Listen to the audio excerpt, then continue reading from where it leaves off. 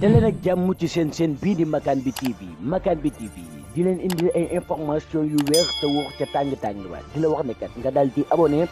bés cloche de notification bi pour vidéo bu dugal rek ngeen mën cee jot.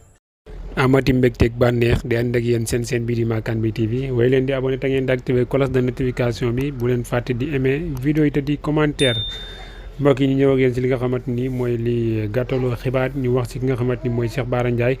Cheikh Bara Ndiaye nag mi nga xamante ni nag moom Sénégal yaakaar naa ne kenn dootu koy présenté chroniqueur la waaye tamit ab sëriñ la ñu gën koo xamee si sëriñ Bara Ndiaye borom def gis sëriñ Bara Ndiaye moomee nag da doon def démb li nga xamante ni mooy ab émission wax ci classique ki nga xamante ni nag mooy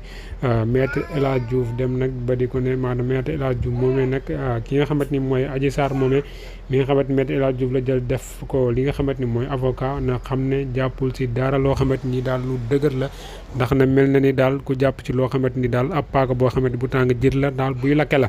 ndax bu ko jàppee daal dina jàpp ne avocat boo xamante ni daal avocat bi gën a xeebu ci avocat yi Ousmane Sonko sax moo man ki nga xamante ni mooy maître El Hadj Diouf moom i noonu kon nag na wuti beneen avocat boo xamante ni daal bokkut ak ki nga xamante ni mooy maître El Hadj Diouf ñu wax si beneen information bi nga xamante ni muy jaaba jonge fan yi yëpp réseaux sociaux yi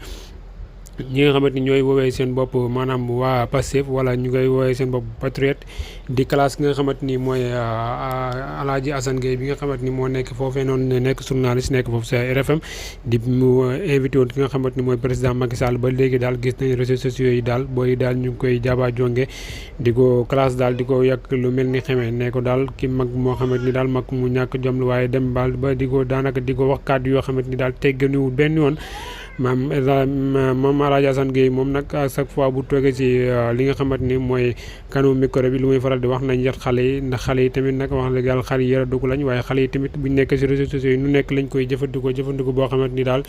teguwul ci benn yoon mu nekk loo xamante ni nag ndaw ñi nag ñoom it nag fan yi yëpp gis nañ ne daal daanaka ñoom it ñu ngi koy classe yoo xamante ni daal waaye ñu ngi koy jàmbaa jongee baat yoo xamante ni daal amul yar amul teggin benn yoon